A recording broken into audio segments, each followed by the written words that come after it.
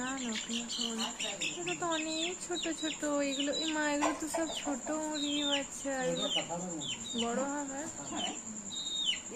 বাবা বলছি কাঁঠা মুরগি ভালো না, তুমি ওখান থেকে আনলে যে? হ্যাঁ বাবা বললো কিন্তু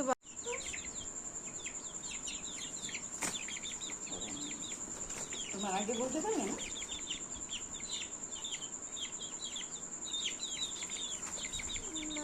কত ছোট ছোট বাচ্চা নিয়ে এসছে।